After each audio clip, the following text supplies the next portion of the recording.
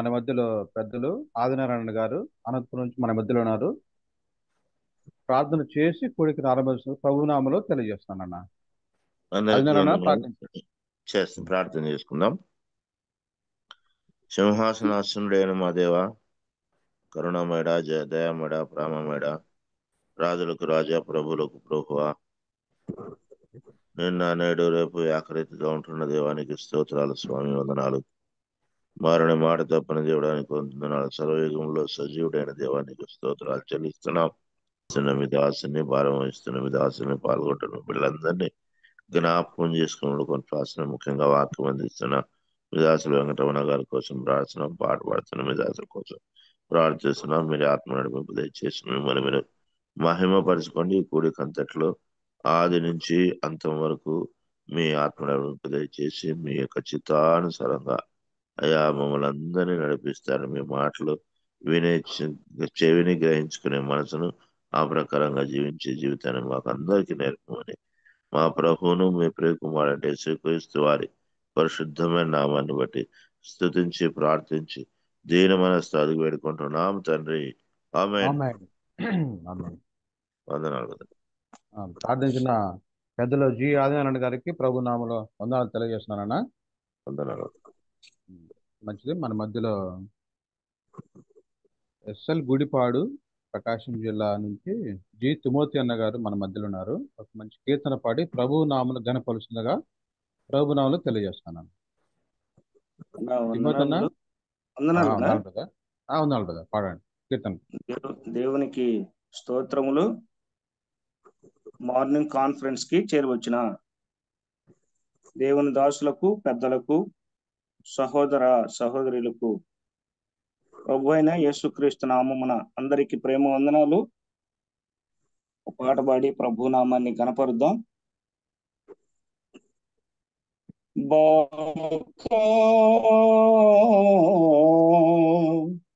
ఊదుడి బాకా ఊదుడి ప్రభు యేసు రాకడ ప్రకటించుడి. బాకా ఊదుడి ప్రభు యేసు రాకడ ప్రకటించుడి. అంధకారము కమ్మును, మహంధకారము కమ్మును, అంధకారము కమ్మును, మహంధకారము కమ్మును, నక్షత్రములు రాలును, అక్షయుడగు ప్రభు యేసు వచ్చును. నక్షత్రములు రాలును, అక్షయుడగు ప్రభు యేసు వచ్చును. బాకా ఊదుడి సూర్యుని చీకటి కమ్మును, చంద్రుడు కాంతిని ఎవ్వడు. సూర్యుని చీకటి కమ్మును, చంద్రుడు కాంతిని ఎవ్వడు. ఆకాశ శక్తులు కదిలింపబడును, ఆకాశ శక్తులు కదిలింపబడును, అగ్ని చేత భూమి కాల్చబడును, అగ్ని చేత భూమి కాల్చబడును. త్వరపడుము, సిద్ధపడుము, ప్రభు దినమును గమనించు. త్వరపడుము, సిద్ధపడుము, ప్రభు దినమును గమనించు. బాకా ఊదుడి ప్రభు యేసు రాకడ ప్రకటించుడి. బాకా ఊదుడి మిద్దె మీద ఉన్నవారు దిగిరాదు, పొలములో ఉన్నవారు మరలరాదు. మిద్దె మీద ఉన్నవారు దిగిరాదు, పొలములో ఉన్నవారు మరలరాదు. లోతు భార్య చందమును లోకమును చూడరాదు, లోతు భార్య చందమును లోకమును చూడరాదు. లోకమునకు మృతి పొంది దేవునిలో జీవించు, లోకమునకు మృతి పొంది దేవునిలో జీవించు. బాకా ఊదుడి, ప్రభు యేసు రాకడా ప్రకటించుడి. బాకా ఊదుడి, కొండలకు పారిపోదురు కొందరు, మమ్ము కప్పుమని కాయుమని అందురు. కొండలకు పారిపోదురు కొందరు, మమ్ము కప్పుమని కాయుమని అందురు. గొర్రె పిల్ల ఉగ్రతకు తాలువారెవ్వరు, గొర్రె పిల్ల ఉగ్రతకు తాలువారెవ్వరు. ప్రార్థించుము పరికించుము ప్రభునామము ధరించుము, ప్రార్థించుము పరికించుము ప్రభునామము ధరించుము. బాకా ఊదుడి, ప్రభు యేసు రాకడా ప్రకటించుడి. అంధకారము కమ్మును, మహంధకారము కమ్మును, అంధకారము కమ్మును, మహంధకారము కమ్మును. నక్షత్రములు రాలును, అక్షయుడగు ప్రభు యేసు వచ్చును. నక్షత్రములు రాలును, అక్షయుడగు ప్రభు యేసు వచ్చును. బాకా ఊదుడి.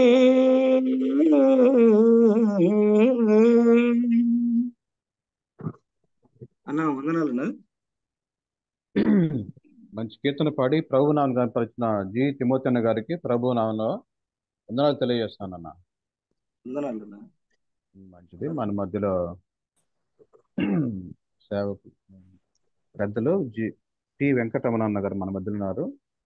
వాక్య పరిచయం చేయడానికి ముందుగా వాక్య సహాయం కొరకు మన మధ్యలో టి జయ చంద్రరావు గారు అన్నగారు పెద్దలు మన మధ్యలో ఉన్నారు. ప్రార్థించవలసిందిగా ప్రభు నామంలో తెలియజేస్తున్నాను అన్న. అన్న వందనాలన్న అందరికీ. అన్న వందనాలు. ప్రార్థించాడన్నా. పరిశుద్ధుడైనటువంటి తండ్రి, ప్రేమ కలిగినటువంటి దేవా, మీకు స్తోత్రం చెల్లిస్తూ ఉన్నాం. మరి ఒక దినాన్ని మా జీవితాలలో అనుగ్రహించారు. నేటి దినమును చూడలేక ఎంతో మంది గతించినా కూడా మేమైతే ఈ దినములో ప్రవేశించడానికి మా దేవుడు కృప అనుగ్రహించాడు. శాశ్వతమైనటువంటి ప్రేమతో మమ్మల్ని ప్రేమిస్తూ విడవక మా ఎడల కృప చూపిస్తూ ఉన్నటువంటి మా దేవుడు ఎంతైనా నమ్మదగినటువంటి దేవుడు. ఏది సత్యమో ఏది అసత్యమో అర్థం కాని పరిస్థితుల్లో కలవరపరిచేటువంటి దినాల్లో ఉన్నాం. కాబట్టి ఈ ఉదయకాలం వేళ వాక్యముగా సత్యముగా ప్రకటించడానికి కావలసినటువంటి విధంగా మీ దాసుని మీ ఆత్మ చేత నడిపించండి. కూడి వచ్చినటువంటి మాకందరికీ సరిపోయినటువంటి సందేశం దయచేసి మీరే మహిమ పొందమని మా ప్రభువును రక్షకునైన క్రీస్తు యేసు పరిశుద్ధ నామమున స్తోత్రము చెల్లించి ప్రార్థన చేసి వేడుకుంటున్నాము తండ్రి. ఆమేన్. ప్రార్థించిన పెద్దలు శ్రీ జయచంద్రవన్ గారికి ప్రభు నామంలో వందనాలు తెలియజేస్తున్నాను అన్న. అన్న వందనాలు అన్న. మంచిది. మన మధ్యలో ఆంధ్రప్రదేశ్ అనంతపురం నుంచి టి వెంకటరమణ అన్నగారు మన మధ్యలో ఉన్నారు. దైవ సందేశాన్ని అందించవలసిందిగా ప్రభు నామంలో ఆహ్వానిస్తున్నాను అన్న.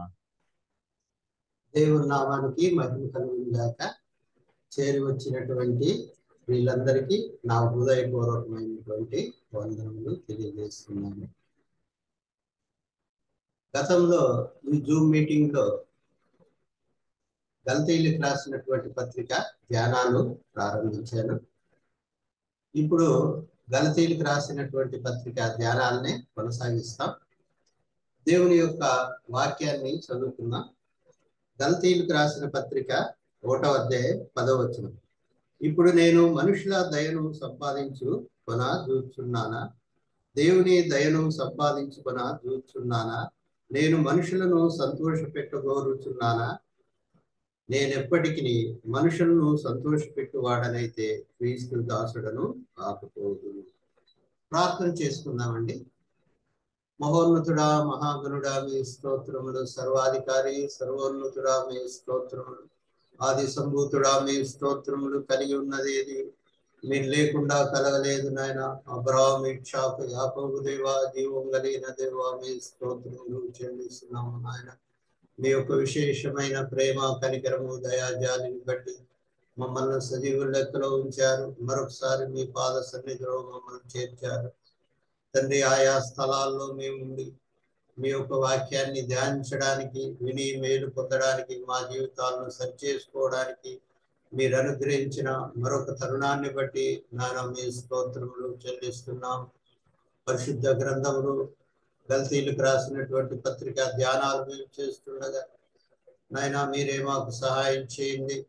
దుమ్ముదూరు లాంటి మీ దాసుని మీ శిలో చాటును మరుగుపరచండి.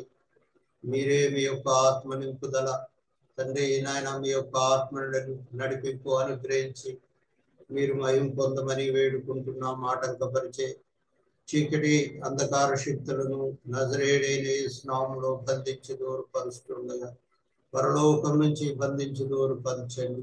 మీ కృపలో మమ్మల్ని జ్ఞాపకం చేసుకునండి. మమ్మల్ని నాయన ముందున్న సమయాన్ని మీ కనికరం కలిగిన హస్తాలకు అప్పచెప్పుకుంటూ యేసు ప్రభు శక్తి కలిగిన నామమున స్తోత్రములు చెల్లించి దీన మనస్సు బ్రతిమాలి అడిగి వేడుకుంటున్నాం పరమ తండ్రి.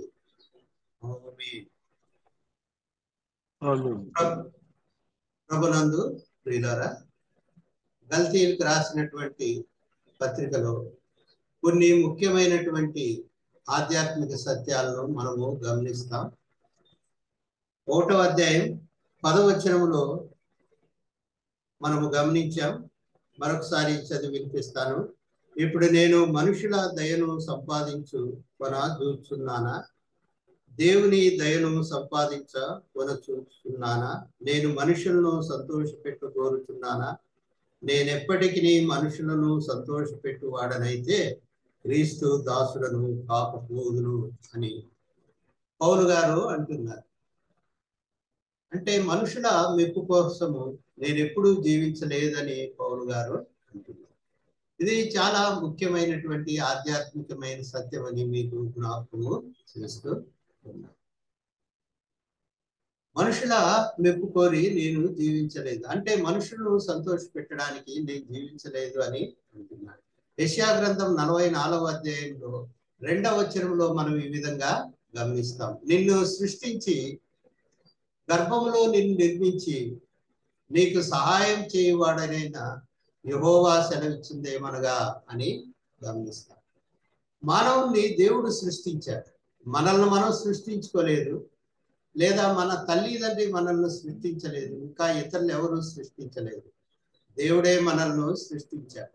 ఎందు నిమిత్తము ఏ ఉద్దేశంతో దేవుడు మనల్ని సృష్టించాడో ఎఫ్సీలకు రాసిన పత్రిక 5వ అధ్యాయం 10వ వచనంలో మనం ఇలాగూ గమనిస్తాం. దేవునికి ఏది ప్రీతికరమైనదో దాన్ని పరీక్షించుతూ వెలుగు సంబంధుల వలె నడుచుకున్నది వాక్యం తెలియజేస్తుంది. దేవునికి ఏది ప్రీతికరమైందంటే, ఏది సంతోషకరమైందో, దేవునికి ఏది ఆనందాన్ని కలుగజేస్తుందో దానిని జరిగించుతూ వెలుగు సంబంధుల వలె నడుచుకున్నది అని వాక్యం సెలవిస్తుంది. వాస్తవంగా మానవుడు తన సంతోషం కోసం కాదు, దేవుడి యొక్క సంతోషం కోసం సృష్టించబడినాడు అని గ్రహించవలసినటువంటి వారమై ఉన్నాం. దురదృష్టవశాత్తు మనిషి మానవులను సంతోషపెట్టడానికే ప్రయత్నం చేస్తాడు. అంటే మనుషులను సంతోష పెట్టకూడదని నేను అనడం లేదు. మనుషులను సంతోష పెట్టాలి, అందరితో మంచిగా ఉండాలి, అందరికీ సహాయం చేయాలి, అందరి యొక్క సహాయాన్ని పొందాలి, మనుషులను సంతోష పెట్టాలి. కానీ దేవుణ్ణి నిర్లక్ష్యం చేసి మనుషులను సంతోష పెట్టకూడదు. అది ప్రమాదకరమైన పరిస్థితి. సైతాను ఇప్పుడు దేవుణ్ణి నిర్లక్ష్యం చేసి మనుషులను సంతోష పెట్టాలని ప్రేరేపిస్తుంటాడు. చాలా మంది మనుషులు కూడా ఇతరులను సంతోష పెట్టడానికి ప్రయత్నం చేస్తుంటారు. స్నేహితులను, బంధువులను, ఉపాధ్యాయులను, తర్వాత తల్లిదండ్రులను, పిల్లలను, ఇతరులను సంతోష పెట్టడానికే ప్రయత్నం చేస్తుంటారు. ఎంత డబ్బైనా ఖర్చు పెట్టుకుంటారు, ఎన్ని ప్రయాసలైనా పడతారు, కానీ దేవుణ్ణి సంతోష పెట్టడం అనేది నిర్లక్ష్యము చేస్తారు. ఇది ప్రమాదకరమైనటువంటి పరిస్థితిని మనం జ్ఞాపకం చేసుకుంటున్నాం. దైవ గ్రంథంలో అనేకమైనటువంటి ఉదాహరణలు ఉన్నాయి. ఎవరైతే మనుషులను సంతోష పెట్టడానికి ప్రయత్నం చేసి దేవుణ్ణి నిర్లక్ష్యం చేస్తారో వారు చాలా విపత్కరమైన పరిస్థితులను మనం ఎదుర్కొన్నట్టుగా మనం చూస్తున్నాం. అహరోను గారు ఆనాడు ఇజ్రాయేలీలను సంతోష పెట్టడానికి ఒక బంగారు దూడను తయారు చేశాడు. దాని ఫలితం ఏమిటంటే 3000 మంది హతమైపోయినట్టుగా మనము గమనిస్తున్నాం. అదేవిధంగా సంసోను దెలీలా అనేటటువంటి ఒక స్త్రీని సంతోష పెట్టడానికి తన నాజీరత్వం యొక్క రహస్యం, తన బలం యొక్క రహస్యాన్ని తెలియజేశాడు. దాని ఫలితం ఏమిటంటే అతను బంధించబడినాడు, కళ్ళు ఊడబెరకబడినాయి, బానిసగా చేయబడినాడు, తిరుగలి విసిరాడు, చివరకు చంపబడినాడు. చూడండి, దేవుని నిర్లక్ష్యం చేసి, దేవుని కార్యాలను నిర్లక్ష్యం చేసి మనుషులను సంతోష పెట్టడానికి ప్రయత్నం చేయడం ఓ ప్రమాదకరమైనటువంటి విషయం. దేవునికి ఆయన కార్యాలకు మొదటి స్థానం ఇవ్వాలని దేవుని యొక్క ప్రేమను బట్టి మనవి చేస్తున్నాం. అదేవిధంగా సౌలుకు దేవుడు ఆజ్ఞ ఇచ్చాడు, అమాలేకులను పూర్తిగా నిర్మూలం చేయమన్నాడు. పురుషుల్నేమి, స్త్రీలనేమి, బాలులనేమి, పసిపిల్లలనేమి, గొర్రెలను, ఒంటెలను, గార్డం పువ్వులను బొత్తిగా నిర్మూలం చేయమంటే సౌలు తన చుట్టూ ఉండేటటువంటి మనుషుల సంతోషం కోసం, వారిని సంతోష పెట్టడానికి కొన్ని బలిష్టమైనటువంటి జంతువులను దాచుకున్నాడు. దాని యొక్క ఫలితం ఏమిటంటే రాజ్య అధికారాన్ని కోల్పోయాడు. బిలాము బాలాకు రాజును సంతోష పెట్టడం కోసము ఆశీర్వదించబడినటువంటి ఇశ్రాయేలీలను శపించడానికి ప్రయత్నం చేసి ఖడ్గం చేత చంపబడినాడు. భయంకరమైనటువంటి పరిస్థితి. సొలొమోనుకు 700 మంది రాజకుమార్తెలైన భార్యలు, 300 మంది ఉపపత్నులు. ఆయన యొక్క వృద్ధాప్యమందు ఆయన యొక్క భార్యలు ఆయన యొక్క హృదయమును తిప్పినందున తన దేవుడైన యెహోవా ఎడల తన తండ్రి అయిన దావీదు వలె యథార్థంగా ప్రవర్తించలేదు అని మనము గమనిస్తాం. దాని యొక్క ఫలితం ఏమిటంటే ఇజ్రాయెల్ రాజ్యము అతని తర్వాత 2 భాగాలుగా విభజించబడినట్టుగా మనం గమనిస్తున్నాం. అదేవిధంగా హేరోదు రాజు హేరోదియాను సంతోషపరచడానికి గొప్ప భక్తుడు, ప్రవక్త అయినటువంటి బాప్తిజం ఇచ్చి యోహాను యొక్క తలను నరికించి తన ఆత్మను అగ్నిగుండములో పడవేసుకున్నారు. అదేవిధంగా మనం గమనిస్తే పిలాతు తన వల్ల ప్రయోజనం ఏమీ లేదని, అల్లరి ఎక్కువ అవుతుందన్నప్పుడు గ్రహించినప్పుడు నీళ్లు తీసుకొని జనులేంతా తన చేతులు కడుక్కుని ఈ నీతిమంతుడి యొక్క రక్తం విషయంలో నేను నిరపరాధినని చెప్పి నిర్దోషి అయినటువంటి యేసు ప్రభువును శిలువకు అప్పగించాడు. దోషి నేరస్తుడైనటువంటి బరబ్బాను జైలు నుంచి విడిపించాడు. తన ఆత్మను నరకంలో పడవేసుకున్నాడు. మనం గమనిస్తే దేవుణ్ణి నిర్లక్ష్యం చేసి మనుషులను సంతోష పెట్టడం అనేది అది ప్రమాదకరమైనటువంటి విషయం. పౌలు గారు తిమోతికి రాస్తూ అన్నాడు, దేవుని ఎదుట యోగ్యునిగాను, సిగ్గు పడనక్కర్లేని పనివానిగాను, సత్యవాక్యము సరిగా ఉపదేశించు వానిగాను నిన్ను నీవే దేవునికి కనపరుచుకొనుము అని అన్నాడు. నీవు యోగ్యునిగా ఎవరికి కనపరుచుకోవాలంటే దేవునికి కనపరుచుకోవాలి అని, మనుషులకు కాదని పౌలు గారు హెచ్చరించారు. దేవుణ్ణి సంతోష పెట్టాలి, దేవుని యొక్క యోగ్యునిగా నీవు ఉండాలి. అది చాలా ప్రాముఖ్యమైనటువంటిది. నిన్ను నీవు దేవునికి కనపరుచుకోవడానికి జాగ్రత్త పడు, అంటే మనుషులకు కనపరుచుకోవడానికి కాదు, దేవునికి కనపరుచుకోవడానికి జాగ్రత్త పడు అని పౌలు గారు హెచ్చరించినట్టుగా మనం చూస్తున్నాం. ప్రసంగి తన గ్రంథంలో రాసి ఉన్నాడు, దేవుని యందు భయభక్తులు కలిగి ఉండి ఆయన ఆజ్ఞలను ఆ కట్టలను అనుసరించి నడుచుకున్నటే మానవులకు విధి అని అన్నాడు. అంటే ఆ విధంగా దేవుని యందు భయభక్తులు కలిగి ఉన్నప్పుడు దేవుని యొక్క ఆజ్ఞలను కట్టలను మనం అనుసరించినప్పుడు ఏం జరుగుతుందంటే దేవునికి సంతోషం కలుగుతుంది. ఆ విధంగా దేవుణ్ణి సంతోషపరచాలని దేవుని యొక్క వాక్యంలో మనం గమనిస్తున్నాం. అపోస్తలులు పేతురు సువార్త ప్రకటించినప్పుడు కొంతమంది ఆటంకపరిచారు. అప్పుడు పేతురు గారు చక్కగా ఈ చక్కని మాట అన్నాడు. ఆయన ఏమన్నాడంటే, మేము దేవునికి లోబడవలన మనుషులకు లోబడవలన అన్నారు. ఏది న్యాయం చెప్పండి? మేము సువార్త ప్రకటిస్తే దేవుణ్ణి సంతోషపరుస్తాం, ప్రకటించుకుంటే మనుషులను సంతోషపరుస్తాం. ఎవరి సంతోషం ముఖ్యమైంది? దేవుని సంతోషం ముఖ్యమైందా, మనుషుల యొక్క సంతోషం ముఖ్యమైందా? మీరే చెప్పండి అని. అదేవిధంగా యేసు ప్రభు తన శిలువ మరణాన్ని గురించి శిష్యులకు తెలియజేసినప్పుడు పేతురు అన్నాడు, ప్రభువా ఇది ఎంత మాత్రం నీకు సంభవించకూడదు అన్నాడు. అప్పుడు యేసు ప్రభు వారు పేతురు వైపు చూసి, సాతానా నా వెనుకకు పొమ్ము, నీవు నాకు అభ్యంతర కారణంగా ఉన్నావు. నీవు మనుషుల సంగతుల్ని ఆలోచిస్తున్నావు కానీ దేవుని సంగతులను ఆలోచించిన వాడవు కాదు అని అన్నాడు. అంటే మనుషుల సంతోషం పైనే నీ గురి ఉంది కానీ దేవుని సంతోషం పైన నీ గురి లేదు అని సెలవిచ్చినట్టుగా మనం చూస్తున్నాం. ప్రియులారా గమనించండి, దేవుణ్ణి నిర్లక్ష్యం చేసి మనుషులను సంతోష పెట్టడం, మనుషుల మెప్పు కోరడం అనేటటువంటిది ప్రమాదకరమైనటువంటి పరిస్థితిని దైవ గ్రంథంలో గల్తీలకు రాసిన పత్రిక ద్వారా మనం నేర్చుకున్నటువంటి ఒక ముఖ్యమైనటువంటి ఆధ్యాత్మికమైనటువంటి సత్యం.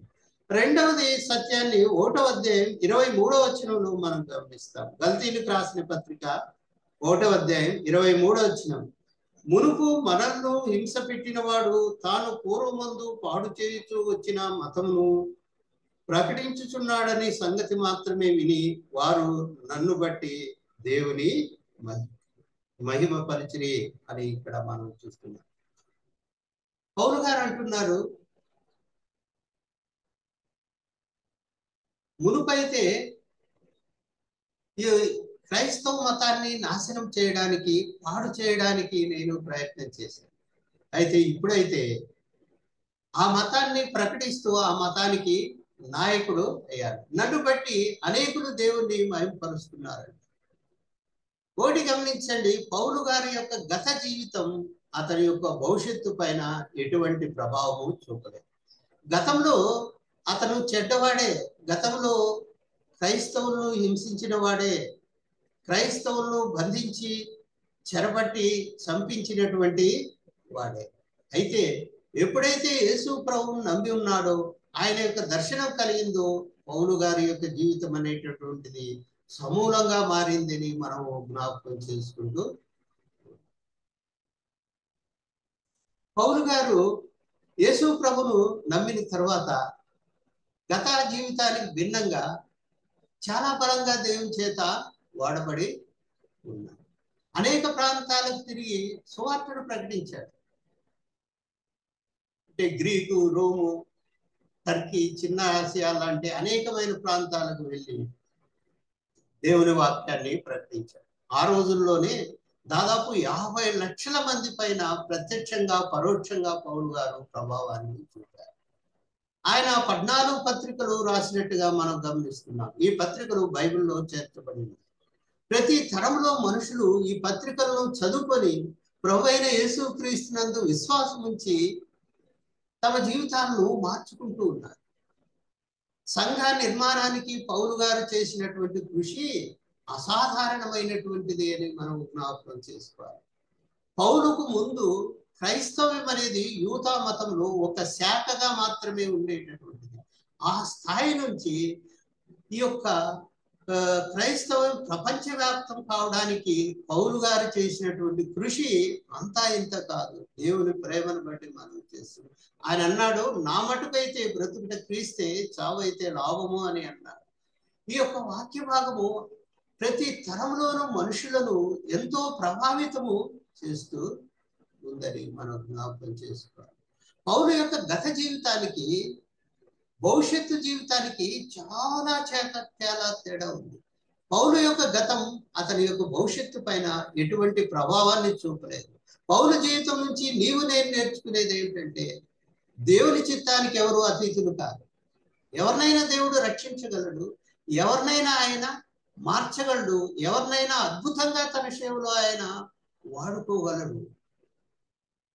ప్రేమైన సహోదర సహోదరి, గమనించు, నీ యొక్క గతము నీ యొక్క వర్తమానం పైన, నీ యొక్క భవిష్యత్తు పైన ఎలాంటి ప్రభావాన్ని చూపదు. గతానికి భిన్నంగా నీవు నీ యొక్క జీవితాన్ని తీర్చిదిద్దుకోవచ్చు. బంగారు భవిష్యత్తు కోసం కృషి చేయవచ్చని దేవుని ప్రేమను బట్టి మనం చేస్తున్నాను. గతం అనేటటువంటిది ఒక తల్లి లాంటిది, భవిష్యత్తు వర్తమానం అనేటటువంటిది బిడ్డల లాంటిది. తల్లి తన బిడ్డల యొక్క క్షేమం కోసం అహర్నిశలు కృషి చేస్తుంది. బిడ్డల యొక్క క్షేమమే తల్లి యొక్క ముఖ్యమైనటువంటి ధ్యేయం. బిడ్డల కోసం తల్లి ఎన్ని త్యాగాలైనా చేస్తుంది, ఎన్ని కష్టాలైనా పడుతుంది బిడ్డల కోసం. అలాగే మన భవిష్యత్తును తీర్చిదిద్దుకోవడానికి, బంగారు భవిష్యత్తును సాకారం చేసుకోవడానికి మనము అన్ని విధాలా కృషి చేయాలని దేవుని యొక్క ప్రేమను బట్టి మనం చేస్తున్నాం. కాబట్టి గతము భవిష్యత్తును ఆటంకపరచలేదని దేవుని యొక్క ప్రేమను బట్టి మీకందరికీ మనవి చేస్తున్నాను. మరొక ముఖ్యమైనటువంటి వాక్య భాగాన్ని గమనిస్తాం. మరొక ముఖ్యమైన వాక్య భాగాన్ని గల్తీలకు రాసినటువంటి పత్రిక 2వ అధ్యాయం 11-12 వచనాలను చదువుతాను, గమనించాను. అయితే కేఫా అంతియోకయుకు వచ్చినప్పుడు అతడు అపరాధిగా తీర్చబడింది కనుక నేను ముఖాముఖిగా అతన్ని ఎదిరించితిని.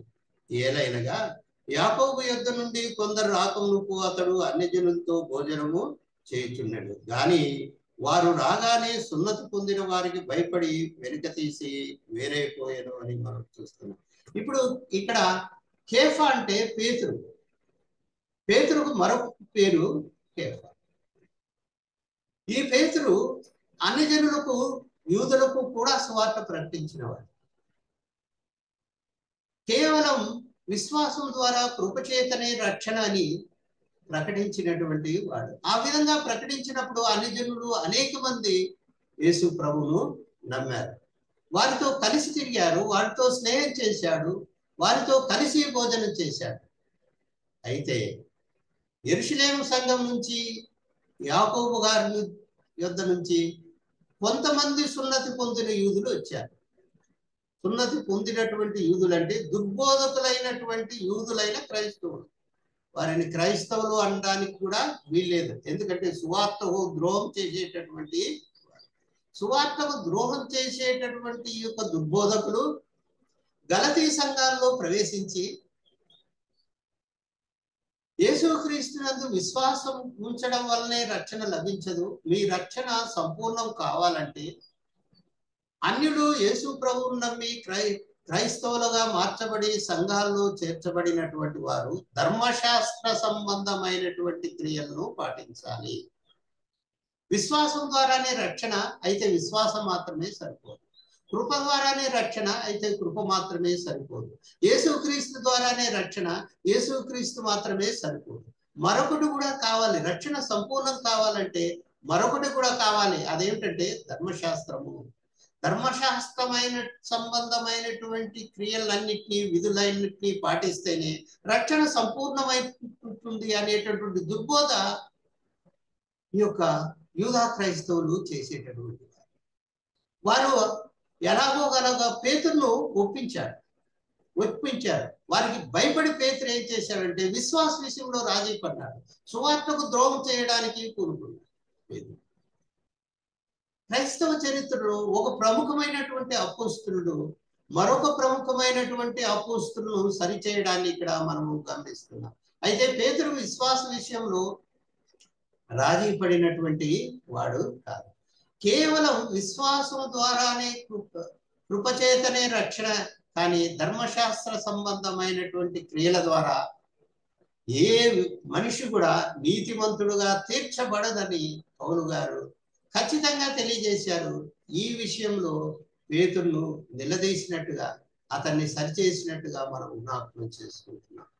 పేతురుకు దేవునిపై నమ్మకం కన్నా భయం పైన నమ్మకం ఎక్కువ. ఈ యొక్క దుర్బోధకులైనటువంటి యూదుల ఒత్తిడికి లోబడిపోయినాడు. మొదట కృప ద్వారా రక్షణ అని ప్రకటించినటువంటి పేతురు యూదులైనటువంటి దుర్బోధకులకు భయపడి ఏం చేశాడంటే క్రియల ద్వారా రక్షణకు మల్లుకున్నాడు.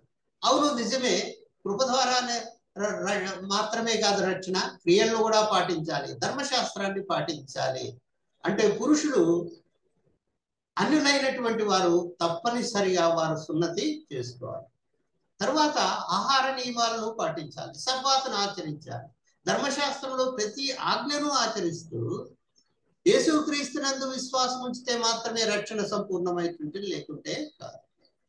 అన్యులు ఎవరైనా క్రైస్తవులు కావాలంటే మొట్టమొదటి యూదా మతంలో కన్వర్ట్ కావాలి, యూదా మతం నుంచి క్రైస్తవం లేకపోవాలి, అది క్రమము అని అంటే ఈ దుర్బోధకులైనటువంటి యూదులు పేతురుగాడు కూడా అదే విధంగా బోధించడం ప్రారంభించారు. అయితే పౌలు గారు దీన్ని నిర్ద్వంద్వంగా ఖండించడము జరిగింది. కేవలం విశ్వాసం ద్వారా కృపచేతనే రక్షణ అని పౌలు గారు తెలియజేశారు. చూడండి, గల్తీలకు రాసిన పత్రిక 2వ అధ్యాయం 16వ వచనంలో మనుషుడు యేసుక్రీస్తునందలి విశ్వాసం వల్లనే గాని ధర్మశాస్త్ర సంబంధమైన క్రియల మూలమున నీతిమంతుడుగా తీర్చబడనని ఎరిగి మనము ధర్మశాస్త్ర సంబంధమైన క్రియల మూలంగా గాక క్రీస్తునందలి విశ్వాసం వల్లనే నీతిమంతులమని తీర్చబడుటకై యేసుక్రీస్తునందు విశ్వాసం ఉంచి ఉన్నాం. ధర్మశాస్త్ర సంబంధ క్రియల మూలమున ఏ శరీరియు నీతిమంతుడని తీర్చబడడు కదా అని ఇక్కడ మనము గమనిస్తున్నాం. ధర్మశాస్త్ర సంబంధమైన క్రియల ద్వారా ఏ యొక్క వ్యక్తి కూడా నీతిమంతుడుగా తీర్చబడడు. ఒకటి గమనిస్తే భయము విశ్వాసాన్ని నిర్వీర్యం చేయకూడదు. ప్రతి ఒక్కరూ గమనించండి, మన యొక్క భయము మన యొక్క విశ్వాసాన్ని నిర్వీర్యము చేయకుండా మనం జాగ్రత్త పడాలని గల్తీలకు రాసిన పత్రిక ద్వారా మనం నేర్చుకుంటున్నటువంటి మరొక ముఖ్యమైనటువంటి ఆధ్యాత్మికమైనటువంటి సత్యం. భయం అనేది మహాశాపం. అది ఒక వేరు పురుగు లాంటిది. వేరు పురుగు ఏ విధంగా వేరును తొలిచి గొప్ప వృక్షాన్ని పడగొడుతుందో భయం కూడా ఆ విధంగా మనిషి హృదయంలో చొచ్చి హృదయంలో తిష్ట వేసి మనిషిని ఆందోళనకు గురి చేసి దుఃఖాన్ని వేదనను కలగజేసి నిరాశ నిస్పృహలను హృదయంలో కలగజేసి మనుషులు కూల్చివేసేటటువంటి ఒక భయానకమైనటువంటి వ్యాధి ఈ యొక్క భయం అని మీకు మనవి చేస్తున్నాను.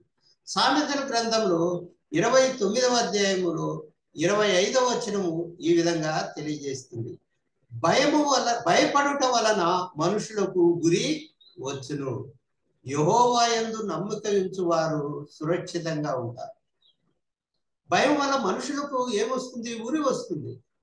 దేవుని యందు నమ్మకం ఉంచేటటువంటి వారు ఎప్పుడు సురక్షితంగా ఉంటారు. ప్రియమైన సహోదర సహోదరి, నీవు ప్రస్తుతము జీవిస్తున్న జీవితానికి దేవుడు నీ పట్ల కలిగినటువంటి ఉద్దేశానికి మధ్య తేడా కేవలం భయమేనని దేవుని యొక్క ప్రేమను బట్టి మనవి చేస్తూ ఉన్నాను. భయము అనుకున్నవి సాధించకుండా చేస్తుంది, చేరవలసిన చోటికి చేరకుండా చేస్తుంది, కోరుకున్నవి పొందకుండా భయం అనేటటువంటిది అడ్డుకుంటుంది. అందుకని తిమోతికి రాసినటువంటి 2వ పత్రిక 1వ అధ్యాయం 7వ వచనంలో మనం చూస్తాం, దేవుడు మనకు శక్తియు ప్రేమయు ఇంద్రియ నిగ్రహము కలిగినటువంటి ఆత్మను ఇచ్చాడు గాని తిరిగి ఆత్మను ఇవ్వలేదని దేవుని యొక్క వాక్యం సెలవిస్తుంది. దైవ గ్రంథంలో దేవుడు అనేకమైనటువంటి ఆజ్ఞలను మానవునికి ఇచ్చాడు. అందులో ఒక ముఖ్యమైనటువంటి ఆజ్ఞ ఏమిటంటే ఫియర్ నాట్, భయపడకుడి. ఫియర్ నాట్, భయపడకుడి. భయపడకుడి అనేటటువంటి ఈ యొక్క వాగ్దానం దైవ గ్రంథం అనేటువంటి బైబిల్లో 365 సార్లు రాయబడింది. అంటే ప్రతిరోజు దేవుడు మనుషులతో, మరి ముఖ్యంగా విశ్వాసంతో, తన భక్తులతో, తన శిష్యులతో దేవుడు మాట్లాడుతున్నది ఏమిటంటే మీరు భయపడకుడి, మీరు భయపడకుడి, మీరు భయపడకుడి అని దేవుడు సెలవిస్తూ భయపడాల్సినటువంటి అవసరము ఎంత మాత్రము లేదని దేవుని యొక్క ప్రేమను బట్టి మనవి చేస్తూ ఉంటాం.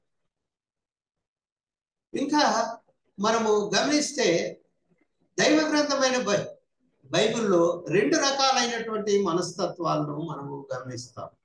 ఒకటి భయముతో కూడినటువంటి మనస్తత్వం, రెండవది విశ్వాసముతో కూడినటువంటి మనస్తత్వం. 2 types of mentalities, 2 types of mental attitudes. Mental attitude with fear, mental attitude with faith, mental attitude with fear and mental attitude with faith. భయంతో కూడినటువంటి మనస్తత్వం, భయంతో కూడినటువంటి మానసిక వైఖరి, విశ్వాసంతో కూడిన మనస్తత్వం, విశ్వాసంతో కూడినటువంటి మానసిక వైఖరి. భయంతో కూడినటువంటి మానసిక వైఖరి, యాటిట్యూడ్ విత్ ఫియర్ ఏ విధంగా ఉంటుంది? ఏదో నాకు నా కుటుంబానికి జరగకపోతుంది,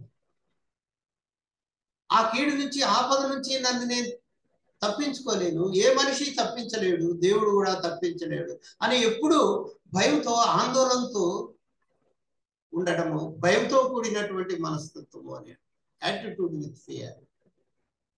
అయితే దేవుడు నమ్మదగిన వాడు, ఆయన నన్ను కాపాడుతాడు, ఎటువంటి క్లిష్ట పరిస్థితుల్లో అయినా ఆయన కాపాడుతాడు. యెహోవా నా కాపరి, నాకు లేమి కలగదు, గాఢాంధకారపు లోయల్లో సంచరించిన నీ అపాయమునకు నేను భయపడను, నీ దుడ్డుకరయు నీ దండమును నన్ను ఆదరించును అనేటటువంటి మానసికమైనటువంటి వైఖరి, యాటిట్యూడ్ విత్ ఫెయిత్ అనేటటువంటిది అని మనం జ్ఞాపకం చేసుకోవాలి. ప్రియమైన సహోదర సహోదరి, ఆత్మ పరిశీలన చేసుకోనండి. నీలో ఉన్నది యాటిట్యూడ్ విత్ ఫియరా, యాటిట్యూడ్ విత్ ఫెయితా? భయంతో కూడినటువంటి మానసిక వైఖరి కలిగి ఉన్నావా? విశ్వాసంతో కలిగినటువంటి మానసిక వైఖరి నీవు కలిగి ఉన్నావా?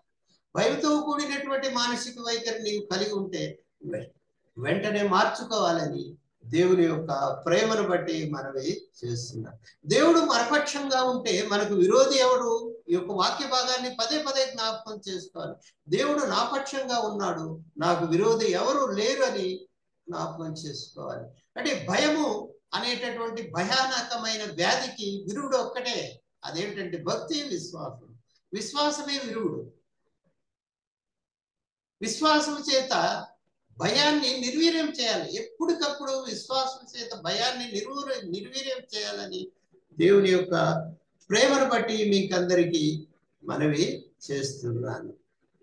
దేవుని ప్రేమించు వారికి ఆయన సంకల్పం ప్రకారం పిలువబడిన వారికి మేలు కలుగుటకయ్యే సమస్తము సమకూడి జరుగుతున్నవని ఎరుగుదమని దేవుని యొక్క వాక్యము మనకు చాలా స్పష్టంగా తెలియజేస్తుంది. నేను దేవుణ్ణి ప్రేమిస్తున్నాను, నాకు జీవితంలో ఏమేమి జరుగుతుందో అది దేవునికి తెలిసే జరుగుతున్నాయి, కానీ దేవునికి తెలియకుండా ఏం జరగడం లేదు. దేవుడు క్రియాశీలకంగా నా జీవితంలో, మిగిలిన అందరి జీవితంలో ఆయన జరిగిస్తున్నాడు. దానివల్ల నాకు మేలు కలుగుతుంది, క్షేమం కలుగుతుందని హృదయపూర్వకంగా నమ్మవలసినటువంటి వారమై ఉన్నాం. దేవుని యొక్క ప్రేమను బట్టి మనవి చేస్తూ ఉన్నాం. నీవు మరణం గురించి భయపడుతున్నావా? అయితే యేసు ప్రభువు మరణాన్ని జయించి లేచినటువంటి దేవుడు. నీవు వ్యాధిని బట్టి భయపడుతున్నావా? ఆయన పరమ వైద్యుడు. నువ్వు పేదరికాన్ని బట్టి భయపడుతున్నావా? ఆయన సకల ఐశ్వర్యవంతుడు నీ గ్రహించాలి. నీ ఓటమి గురించి భయపడుతున్నావా? ఆయన మరణాన్ని జయించి లేచిన విజయ వీరుడని మీకు జ్ఞాపకం చేస్తూ ఉన్నారు. అంటే భయాన్ని తీసివేసుకోవాలి, విశ్వాసాన్ని పెంపొందించుకోవాలి. గమనించండి, భయాన్ని ఈ భయం అనేటటువంటిది నీ హృదయంలో తిష్ట వేసి నెమ్మది లేకుండా చేస్తుంది. మనుషులు అనేకమైన విషయాల గురించి భయపడుతున్నారు. ఒంటరితనం అనేటటువంటి భయం, ఓడిపోతాననే భయం, సంపద పోగొట్టుకుంటాననేటటువంటి భయం, పదవి పోతుండే అనేటటువంటి భయం, రకరకాలైనటువంటి భయాలతో, ఆందోళనతో మనుషులు జీవిస్తూ ఉన్నారు. పేతురుకు దేవునిపై నమ్మకం కన్నా భయం పైన ఎక్కువ నమ్మకం ఉంది. పేతురు మాత్రమే కాదు, మనము అంతకన్నా భిన్నమైనటువంటి వారం కాదు. మన జీవితాలను ఆత్మ పరిశీలన చేసుకోండి. మనకు దేవుని పైన నమ్మకం కన్నా భయం పైన ఎక్కువ నమ్మకం ఉందా లేదా? చాలా మంది, మనలో చాలా మందికి దేవుని పైన నమ్మకం కన్నా భయం పైన ఎక్కువగా నమ్మకము ఉంది. కాబట్టి తీసివేసుకోవాలి. విశ్వాసం చేత ఎప్పటికప్పుడు భయాన్ని నిర్వీర్యం చేసుకోవాలని దేవుని యొక్క ప్రేమను బట్టి మీకందరికీ మనవి చేస్తూ ఉన్నాను. కాబట్టి ఓటమిని గెలుపును పట్టుకోవడము తెలిసిన వాడి కన్నా ఓటమికి తట్టుకునేటటువంటి తెలివి జ్ఞానం ఉండేటటువంటి వాడే గొప్పవాడని నేను భావిస్తున్నాను. ఓటమిని పట్టుకునే శక్తి సామర్థ్యాలు తెలివితేటలు ఉండేవాడి కన్నా గెలుపును పట్టుకునే శక్తి సామర్థ్యాలు తెలివితేటలు ఉండేవాని కన్నా ఓటమిని తట్టుకొని నిలబడగలిగేవాడు నిజంగా గొప్పవాడు. ప్రవాహాన్ని మీరు గమనించండి. చెట్టు గుట్టలు అడ్డం వస్తాయి, అయితే ప్రవాహం ఆగిపోతుందా? ఆగిపోదు. ప్రవాహము ఆగిపోదు. మరొక దారిని వెతుక్కుంటూ నిరాకాటంగా ప్రవాహం కొనసాగుతూనే ఉంటుంది. అలాగే జీవితం కూడా అలా కొనసాగాలని దేవుడి యొక్క ప్రేమను బట్టి మనం ఏం చేస్తున్నాం. జీవితం ఎవరికి పూల పాన్పు కాదు. ఎన్నో ఒడిదుడుకులు, పడిపోతుంటాం, లేస్తుంటాం, హృదయం విధారకమైనటువంటి పరిస్థితులు ఎదుర్కోవలసి వస్తుంది. అయినా కూడా మనము కొనసాగాలి. భయాన్ని తీసివేసుకొని ఆందోళన తొలగించుకొని ఎప్పటికప్పుడు విశ్వాస జీవితంలో ముందు కొనసాగాలి. నీ దేవుని ప్రేమను బట్టి మనం చేస్తున్నాం. నీకు నాకు కాదు, నీవు ఎవరైతే గొప్పవారు అని అనుకుంటున్నావో వారు కూడా ఒకప్పుడు ఈ పడిపోయిన వారే, చెడిపోయినటువంటి వారే, ఓడిపోయినటువంటి వారే. అయితే వారు ఓటమిని అంగీకరించలేదు, విజయాన్ని స్వతంత్రించుకున్నారు. ఎందుకంటే భయాన్ని వదిలిపెట్టి విశ్వాసాన్ని వారు హత్తుకున్నట్టుగా దేవుని యొక్క ప్రేమను బట్టి మనవి చేస్తున్నారు. దేవుని ప్రేమ నుంచి మనల్ని ఏది విడదీయలేడు. చూడండి, రోమీయులకు రాసిన పత్రిక 8వ అధ్యాయంలో వాక్య భాగాన్ని మనం చదువుకున్నాం. రోమీయులకు రాసిన పత్రిక 8వ అధ్యాయం 38-39 వచ్చినప్పుడు, మరణమైనను జీవమైనను, దేవదూతలైనను, ప్రధానులైనను, ఉన్నవి అయినను, రాబోవు అయినను, అధికారులైనను, ఎత్తైనను, లోతైనను, సృష్టించబడిన మరి ఏదైనను మన ప్రభు అయిన యేసు క్రీస్తునందని దేవుని ప్రేమ నుండి మనల్ని ఎడబాపనేరవని రూఢిగా నమ్ముతున్నాం. ఏది మనల్ని దేవుని ప్రేమ నుంచి, దేవుని కాపుదల నుంచి ఎడబాపవు. ఏవి నన్ను ఎడబాపవు, అది అసాధ్యము. దేవుని ప్రేమ నుంచి, ఆయన శక్తి నుంచి ఏవి కూడా నన్ను ఎడబాపవు అనేటటువంటి యాటిట్యూడ్ విత్ ఫెయిత్, అంటే విశ్వాసంతో కూడినటువంటి మానసిక వైఖరి కలిగి ఉండాలని దేవుని ప్రేమను బట్టి మీకందరికీ మనవి చేస్తున్నాను. చివరిగా గల్తీయులకు రాసిన పత్రిక 2వ అధ్యాయంలో మరొక ముఖ్యమైనటువంటి ఆధ్యాత్మిక సత్యాన్ని గమనించి మనము ఈ యొక్క ప్రసంగాన్ని నేను ముగిస్తాను.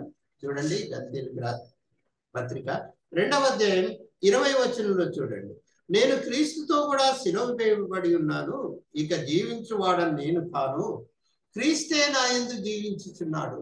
నేనిప్పుడు శరీరమందు జీవించుతున్న జీవితం నన్ను ప్రేమించి నా కొరకు తన్ను తాను అప్పగించుకునిన దేవుని కుమారుని యందని విశ్వాసం వలన జీవించుతున్నాను. పౌలు గారు అంటున్నారు, నేను క్రీస్తుతో కూడా శిలువ వేయబడి చనిపోయి ఉన్నాను, ఇక జీవించువాడని నేను కాదు, క్రీస్తే నా యందు జీవిస్తున్నాను. నా శరీరము దేవుని ఆలయమై ఉంది, క్రీస్తు నా యందు జీవిస్తున్నాడు. నా కాళ్ళతో ఆయన నడుస్తున్నాడు, నా కళ్ళతో ఆయన చూస్తున్నాడు, నా చేతులతో ఆయన పనిచేస్తున్నాడు, నా యొక్క మనసుతో ఆయన ఆలోచిస్తున్నాడు. ఆయన క్రియాశీలకమైనటువంటి సంకల్ప శక్తే నన్ను జీవింపచేస్తుంది అని అంటున్నాడు. ఇది గొప్ప భావన, ఎప్పుడు మనం కలిగి ఉండాలి. ఈ భావన మనకు కలిగి ఉండాలి. క్రీస్తు నా యందు జీవిస్తున్నాడు, దేవుడు నా యందు జీవిస్తున్నాడు అనేటటువంటి భావన నీవు నేను కలిగి ఉండాలని దేవుని ప్రేమను బట్టి అందరికీ మనవి చేస్తున్నాను. గమనించండి, నేను క్రీస్తుతో కూడా శిలువ వేయబడినాను, చనిపోయానని పౌలు గారు అంటున్నారు. ఎవరైనా శిలువ వేయబడి చనిపోతే, ఎవరైనా చనిపోతే చనిపోయినటువంటి వ్యక్తికి ఏదైనా అతిశయం ఉంటుందా? ఎవరిని గురించైనా ఇతరులతో పోల్చుకునే అతిశయపడతారా? చనిపోయిన వ్యక్తి తన కనుక వస్తు వాహనాలను బట్టి అతిశయపడతాడా? లేదా అధికారము, హోదా, ఉద్యోగాలను బట్టి అసహ్యపడతాడా? దేన్ని బట్టి అయినా కూడా చనిపోయినటువంటి వ్యక్తి అసహ్యపడతాడా? ఇతరులతో పోల్చుకుంటాడా? పోల్చుకోడు. పోల్చుకోవాల్సినటువంటి అవసరం లేదు. పౌలు గారు అంటున్నారు, అటువంటి మానసిక వైఖరి నీకు నాకు కావాలంటున్నారు. క్రీస్తు శిష్యులైనటువంటి మనము జీవించి ఉన్నా కూడా అటువంటి మానసిక స్థితికి మనం ఎదగాలి. ఎవరినితోనూ మనం పోల్చుకోకూడదు. వారికన్నా నేను గొప్పవాడిని అని అసహ్యపడడము, గర్వపడడము, నేను పరిపూర్ణుడను అని చెప్పుకోవడము, ఇది తగదని దేవుని యొక్క వాక్యం మనల్ని హెచ్చరిస్తూ. రెండవ ముఖ్యమైనటువంటి విషయం ఏమిటంటే, నేను క్రీస్తుతో కూడా సిలువ వేయబడినానంటే నేను ఏమై ఉన్నానో అదంతా సిలువ వేయబడి చనిపోయింది. నా పాపము, నా దోషము, నా అతిక్రమము, నా యొక్క తప్పిదాలు, నా యొక్క బలహీనతలు, నా యొక్క చెడుతనము, దుర్మార్గము, దుష్టత్వము, నేను ఏమై ఉన్నానో అదంతా సిలువ వేయబడి తీసివేయబడింది. శరీరాశ, నేత్రాశ, జీవకుడంబము, ఇవన్నీ సిలువ వేయబడి తీసివేయబడి శరీర కార్యాలైన జారత్వము, అపవిత్రత, కాముకత్వం, విగ్రహారాధన, ద్వేషములు, కలహములు, మత్సరములు, విమతములు, భేదములు, అల్లరితో కూడిన ఆటపాటలు సమస్తము సిలువేయబడి తీసివేయబడ్డాయి. దురాలోచనలు, దొంగతనములు, వేశ్యాగమములు, లోభము, చెడుతనము, కృత్రిమము, కామ వికారము, దేవదూషణ, అంభావము, అవివేకము, ఈ చెడుతనము ఏవైతే నేనై ఉన్నానో, నాలో ఉన్నాయో అవన్నీ సిలువేయబడినాయి, అవన్నీ తీసివేయబడినాయి అని అంటున్నారు. ఇది నిజమైనటువంటి అర్థం. ఈ విధంగా మనం భావించాలి. నేను ఏమై ఉన్నామో అదంతా సిలువేయబడి ఉంది, అదంతా తీసివేయబడింది, అదంతా కొట్టివేయబడింది. నేను క్రీస్తుతో కూడా సిలువేయబడ్డాను. ఇక జీవించువాడని నేను కాదు, క్రీస్తు నా యందు జీవించున్నాను. I'm not only united to the death of the Christ, but also to the life of the Christ. I am not only united to the death of the Christ, but also to the life of Christ. క్రీస్తు శిలువ మరణం విషయంలో సహానుభవం కలిగిన వారిని మాత్రమే కాదు, ఆయన జీవం విషయంలో కూడా సహానుభవం కలిగినటువంటి వాడు. ఆయన నా పాపాన్ని తీసివేయడం మాత్రమే కాదు, తాను ఏమై ఉన్నాడో సమస్తము నా ఖాతాలో ఆయన జమ చేసి ఉన్నాడు. ఇది గొప్ప ఆధ్యాత్మికమైనటువంటి సత్యం అని మీకు మనవి చేస్తుంది. ప్రతి ఒక్కరూ జ్ఞాపకం చేసుకోవాలి. ఆయన ఏమై ఉన్నాడో అది నా ఖాతాలో వేయబడింది, నేను ఏమై ఉన్నామో అది తీసివేయబడింది. నా తప్పిదాలు, నా దోషాలు, నా పాపాలు, నా అతిక్రమాలు, నేను ఏమై ఉన్నామునో నా బలహీనత అన్ని కొట్టివేయబడినాయి. ఆయన ఏమై ఉన్నాడో కాబట్టి ఆయన యొక్క దైవ లక్షణాలన్నీ నా ఖాతాలో జమ చేయబడినాయని పౌలు గారు అంటున్నారు. కొరింథీయులకు రాసిన మొదటి పత్రిక 1వ అధ్యాయం 31వ వచనంలో మనము ఈ విధంగా గమనిస్తాం. క్రీస్తు మనకు జ్ఞానమును, నీతియు, పరిశుద్ధతయు, విమోచన ఆయను. క్రీస్తు మనకు ఏమై ఉన్నాడు? జ్ఞానము, నీతి, పరిశుద్ధత, విమోచనం ఆయన. అంటే ఆయన జ్ఞానము, ఆయన పరిశుద్ధత, ఆయన యొక్క నీతి, ఆయన యొక్క శక్తి, ఆయన యొక్క భక్తి, ఆయన యొక్క ఆదర్శమైనటువంటి జీవితం అవన్నీ నా ఖాతాలో జమ చేయబడి ఉన్నాయి. What is true of me is dead, what is true of the Christ lives. What is true of me is dead. నా గురించి ఏది నిజమో అది చనిపోయింది. పాపము, అపవిత్రత, దుర్మార్గము, దుష్టత్వము, తప్పిదాలు, బలహీనతలు ఏవేవైతే నా గురించి నిజమైనవో అవన్నీ చనిపోయాయి. క్రీస్తు గురించి ఏవేవి నిజమైనాయో అవన్నీ నాలో జీవిస్తున్నాయి. నా ఖాతాలో అవి జమ చేయబడినాయి. ఆయన నీతి, ఆయన భక్తి, ఆయన యొక్క శక్తి, ఆయన యొక్క పరిశుద్ధత నాకు ఇవ్వబడినాయి. నా ఖాతాలో అవి జమ చేయబడినాయని పౌలు గారు అంటున్నారు. ఇది ఎంతైనా సత్యం. ఈ సత్యాన్ని మనం జ్ఞాపకం చేసుకోవాలి. ఆయన గుడ్డివారికి కాళ్ళు ఇచ్చాడు, గుడ్డివారికి చూపునిచ్చాడు, వ్యాధిగ్రస్తులను బాగు చేశాడు, చనిపోయిన వారిని సమాధి నుంచి లేపాడు, సేన దయ్యాలను వెళ్ళగొట్టాడు, పేద విధవరాల యొక్క కుమారుణ్ణి బ్రతికించాడు. ఆయన అన్నాడు, నా యందు విశ్వాసం ఉంచిన వారు నాకంటే గొప్ప కార్యాలు చేస్తారన్నారు. అటువంటి శక్తి వారికి నేను ఇచ్చి ఉన్నానని ఆయన తెలియజేశాడు. ఆయన ఏమై ఉన్నాడో అదంతా మనకు ఇవ్వబడింది. గమనించారా? ఇక్కడ దేవుని యొక్క వాక్యములో మనం గమనిస్తాం. గల్తీల రాసిన పత్రిక 2వ అధ్యాయం 20వ వచనంలో మనం గమనిస్తే, దేవుని కుమారుని యందు విశ్వాసం వల్ల నేను జీవిస్తున్నాను, దేవుని కుమారుని యందు విశ్వాసం వల్ల నేను జీవిస్తున్నానని అంటున్నాను. నా జీవితానికి ఆధారం ఏంటి? నా ధనము, నా ఆస్తులు, తెలివితేటలు, నా యొక్క ఉద్యోగము, హోదా లేదా వ్యాపారము, నేను సంపాదించేటటువంటి ఆస్తులు, ఇవి కాదు నా జీవితానికి ఆధారము. కేవలం ఆయన యందు విశ్వాసం. ఆయన యందు విశ్వాసం వల్ల మాత్రమే నేను జీవిస్తున్నాను. నా జీవితానికి ఆధారం అది. నా జీవితానికి ఆధారం ఏంటి? నా యొక్క నమ్మకం ఏంటి? నేను సాధించిన వాటిపైన నాకు నమ్మకం లేదు. క్రీస్తు శిలువ పైన సాధించాడే ఆ గొప్ప కార్యం, ఆ కార్యం పైన నాకు నమ్మకం ఉంది అని అంటున్నా. ఆ నమ్మకం వల్లే నేను జీవిస్తున్నాను. నేను జీవించడానికి ఒకే ఒక ఆధారం ఉంది. నా జీవితానికి ఒకే ఒక ఆధారం ఏంటంటే అదేంటంటే క్రీస్తు శిలువ కార్యం. క్రీస్తు శిలువ పైన సాధించినటువంటి ఆ గొప్ప కార్యాన్ని బట్టి నేను జీవిస్తున్నానని పౌలు గారు అంటున్నారు. అంటే ఎంతైనా గొప్ప ఆధ్యాత్మికమైనటువంటి సత్యం అని మనం జ్ఞాపకం ఉన్నాం. గల్తీలకు రాసినటువంటి పత్రికలో మనం గమనిస్తే, సమయము అయిపోతుంది. గల్తీలకు రాసిన పత్రికలో 4 ఆధ్యాత్మికమైనటువంటి సత్యాలను ఈ ఉదయ కాలమున మనము జ్ఞాపకము చేసుకుంటూ ఉన్నాం. ఒకటి, పౌలు గారు అంటున్నారు, నేను మనుషుల మెప్పు కొరకు జీవించలేదు కానీ దేవుని మెప్పు కొరకే జీవిస్తున్నాను. మనుషులను సంతోష పెట్టడం కాదు నా జీవితం యొక్క గురి, గమ్యము. దేవుణ్ణి సంతోష పెట్టడము నా జీవితం యొక్క గురి, గమ్యము అని అంటున్నాడు. ప్రియమైన సహోదర సహోదరి, ఆలోచించు. ఎంతవరకు నీ యొక్క జీవిత గమ్యం ఏంటి? నీ జీవిత గురి ఏంటి? నీ ధ్యేయం ఏంటి? మనుషులను సంతోష పెట్టడానికి ప్రయత్నం చేస్తున్నావా? మనుషులను సంతోష పెట్టడానికి దేవుణ్ణి నిర్లక్ష్యం చేస్తున్నావా? దేవుని కార్యాలను నిర్లక్ష్యం చేస్తున్నావా? దేవుని చిత్తాన్ని నిర్లక్ష్యం చేస్తున్నావా?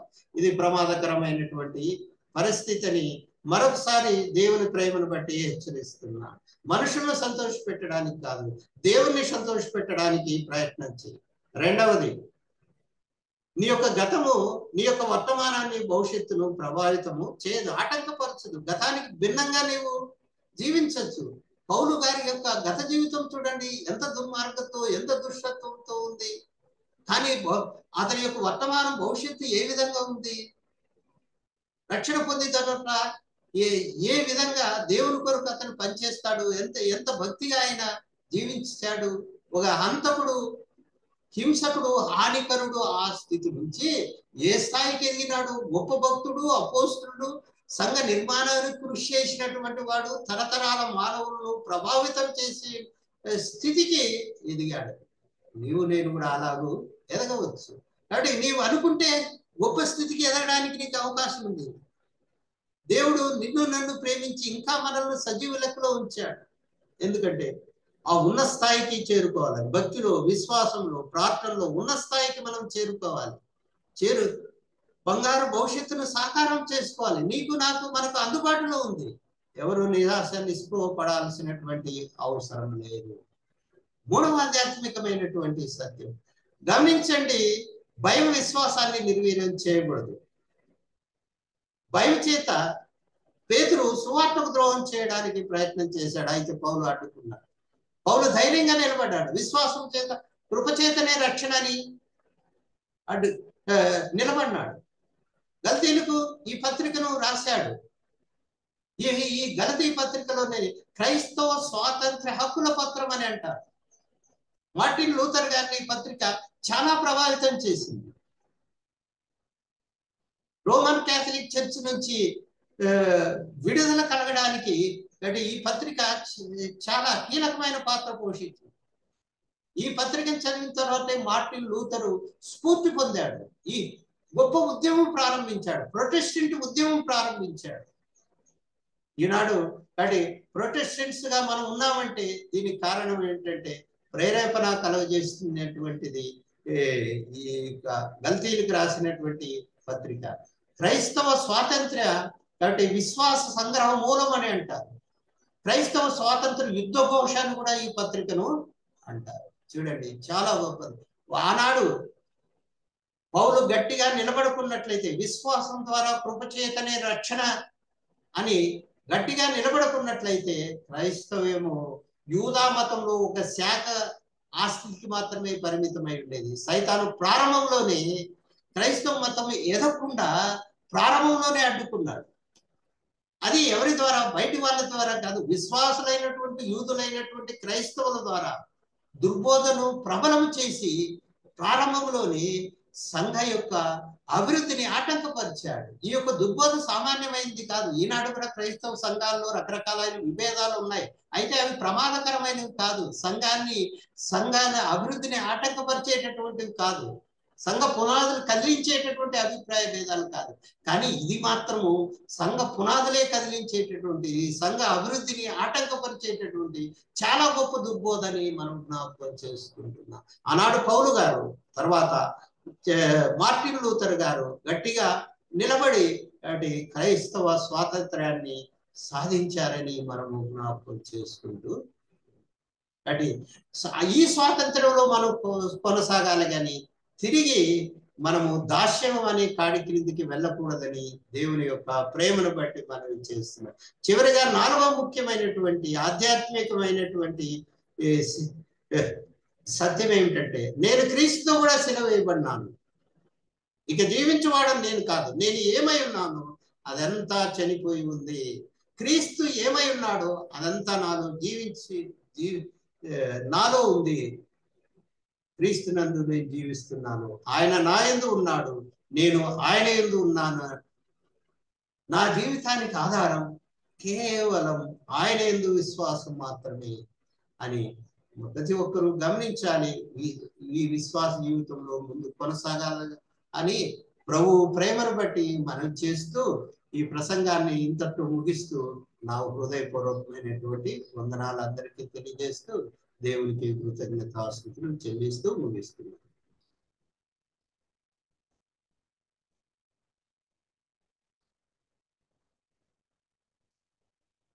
మంచిది. దైవ సందేశాన్ని అందించిన పెద్దలు శ్రీ వెంకట నాన్నగారికి ప్రభు నామములో వందనాలు తెలియజేస్తున్నాను. వందనాలు. మన కూడిక ముగించుకోవడానికి మన మధ్యలో హైదరాబాద్ నుంచి మల్లెపోగు పేతురన్న గారు మన మధ్యలో ఉన్నారు. ప్రార్థించి కూడికను ముగిస్తారు. ప్రేమగల తండ్రి, దయగల ప్రభు, మీకు వందనాలు. మీ దాసు నిలబెట్టుకొని వెంకటరమణ అంకుల్ను మీరు అందించిన వాక్య ధ్యానాలను బట్టి స్తుతిస్తుంటున్నా. మనుషులను సంతోష పెట్టేవారు కాకుండా మిమ్మల్ని సంతోష పెట్టేవారుగా ఉండాలని మీరు గలతీలకు రాసిన పత్రికల ద్వారా, ఆ పత్రిక ద్వారా మమ్మల్ని హెచ్చరించినందుకు మిమ్మల్ని స్తుతిస్తుంటున్నా. అపోస్తుడైన పౌలు నిక్కచ్చిగా వ్రాస్తూ అక్కడ ఉన్న యొక్క విశ్వాసులను పురికొల్పుతూ వారిని హెచ్చరిస్తున్నాడు. మనుషులను ఈ విధంగా ఉదయకాలం పెందల కాడనే మీ మాటలను వినిపించినందుకు మిమ్మల్ని స్తుతిస్తూ గణపరుస్తున్నా. వినిపించిన మీ దాసుని మీరు బలపరచండి, తగిన ఆరోగ్యమును జ్ఞానమును అనుకరించండి. ఇంకా అనేక సార్లు మీ లేఖనాల్లోంచి మా మధ్యలోకి వచ్చి మీ మాటలు వివరించడానికి సమయాన్ని అనుకరించమని మీ సన్నిధిలో ప్రార్థన చేస్తున్నాం. నడిపిస్తున్న శ్యాంబాబాను బట్టి స్తుతిస్తున్నాం. జూమ్లో చేరిన ప్రతి ఒక్కరిన ప్రభా ఆ మాటలు గైకొని లోకంలో జీవించటానికి, మీ నామానికి మహిమ చేరువచ్చిన మేమందరము మేలు పొందటానికి కృప చూపమని, సహాయం చేయమని, ఈ దినమంతా మీ వాక్శక్తి ద్వారా మమ్మల్ని నడిపించి భద్రపరచుమని మా ప్రభువును రక్షకుడునైన యేసుక్రీస్తు పరిశుద్ధమైన నామమున ప్రార్థిస్తుంటున్నాను తండ్రి. ఆమేన్. ఆమేన్. ప్రార్థించిన మల్లెపోగు పేతురన్న గారికి ప్రభు నామములో వందనాలు తెలియజేస్తున్నాను. వందనాలన్న. మంచిది. 4503వ దినానికి మనము ప్రభు సన్నిధి ఈలాగున్న జూమ్ ద్వారా మనం కూడి రావడానికి ప్రభు ఇచ్చిన కృపకై దేవునికి కృతజ్ఞతాస్తుతులు చెల్లిస్తున్నాము. ఉదయకాల దాసుని ఎలా పెట్టుకొని గలతీయులు 1వ అధ్యాయము 10వ వచనము ద్వారా దేవుడు మనతో మాట్లాడి ఉండగా, అవును, ఆయన దయ, ఆయన సంతోషము వాటిలో మనకు వివరించి ఉండగా, అవును, ఆయన దయను మనం సంపాదించుకోవాలి, ఆయన సంతోషపెట్టే వరకు మనం ఉండాలి.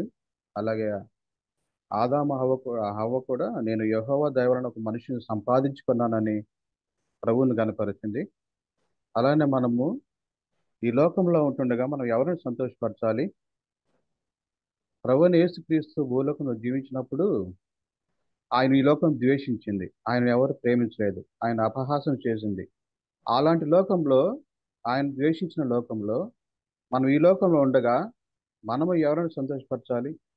మనం వాళ్ళని మనుషులను మనము సంతోషపెట్టే వారుగా ఉన్నామా? లేకపోతే మనుషులను మనం ఆశ్రయిస్తున్నామా? మనకేదైనా ఆపద వచ్చినప్పుడు, లేకపోతే సహాయం కొరకు వచ్చినప్పుడు మనం మనుషులను దయకోరు వారముగా ఉన్నామా? లేకపోతే ప్రభువు మీద ఆధారపడి ఆయన దయను కోరుకుంటున్నామా? లేకపోతే మనుషులను సంతోషపరుచుకుంటున్నామా? ప్రభువుని మనం సంతోషపరచవలసిన ఉన్నారు. నోహవు కూడా ఆ తరములో ప్రభువునే సంతోషపరిచాడు, ఆయన చెప్పినట్లుగా చేశాడు, యావత్తు అలాగే చేశాడు. ఆయన మహిమ కొరకు జీవించాడు, నీతి యావత్తు అలాగే నెరవేర్చాడు, ప్రభువుని సంతోషపరిచాడు. మనం కూడా ఈ లోకంలో ఉండగా ప్రియ పిల్లలమైన ఆయన బిడ్డలమైన మనము ఆయన సంతోషపరచవలసినై ఉన్నాము. ఆయనకు దుఃఖపరచకూడదు. మన ద్వారా, మన జీవితాల ద్వారా, మన క్రియలు, మన ప్రవర్తన, మన మాటలు అన్నీ ఆయనకు ఇష్టముగా, ఆయనకు చిత్తానికి అనుగుణంగా ఉండి ఆయనను మాత్రమే సంతోషపరచాలి. ఏ స్థితిలో ఉన్నా, ఏ పరిస్థితిలో ఉన్నా, ఎంత కష్టం వచ్చినా ఆయనను మాత్రమే సంతోషపరచాలి. మనం ఎన్నుకున్నాడు, ఆయన స్వరక్తం ఇచ్చి కొన్నాడు. అలాంటి మనము ఆయనను మహిమపరచాలి. ఆయనను సంతోషపరచడానికి భూలోకం మనం ఎన్నుకున్నాడు, ప్రత్యేక జనాంగముకు చేసుకున్నాడు కనుక ఆయనను మాత్రమే మనం మహిమపరచాలి, ఆయనను మాత్రమే సంతోషపరచాలని ఈ యొక్క సందేశం ద్వారా మనం ప్రభువు మన మాట్లాడాడు. అలాగ సందేశాన్ని అందించిన పెద్దలు టి వెంకటరమణ గారికి ప్రభునామలో వందనాలు తెలియజేస్తున్నాను. ఈ జూమ్కు చేరి వచ్చిన పెద్దలందరికీ, సహోదరులకి, సేవకులకి అందరికీ ప్రభునామలో వందనాలు తెలియజేస్తున్నాను. మొదటగా ప్రార్థించిన పెద్దలు జె ఆదినారాయణ గారికి, కీర్తన పాడిన తిమోతన్న గారికి, ప్రార్థించిన పి జయచంద్రవన్న గారికి, వాక్యం అందించిన టి వెంకటరమణ గారికి, ఆఖరిగా ప్రార్థించిన ఎం పీతరన్న గారికి, చేరి వచ్చిన పెద్దలకు, ప్రియులకు, సహోదరులకు, సేవకులకు అందరికీ మన ప్రభువును రక్షకుడు యేసుక్రీస్తు నామములో వందనాలు తెలియజేస్తున్నాను. అల్పుడైన నాకు ఇచ్చిన బనవాసం నాకు ఇచ్చిన సమయాన్ని బట్టి అన్నకు వందనాలు తెలియజేస్తూ ప్రభువు నామమును మహిమపరుస్తూ ఏమైనా సూచనలు, సలహాలు ఉంటే బనవాసన్న గారు వివరించి ముగిస్తారన్న.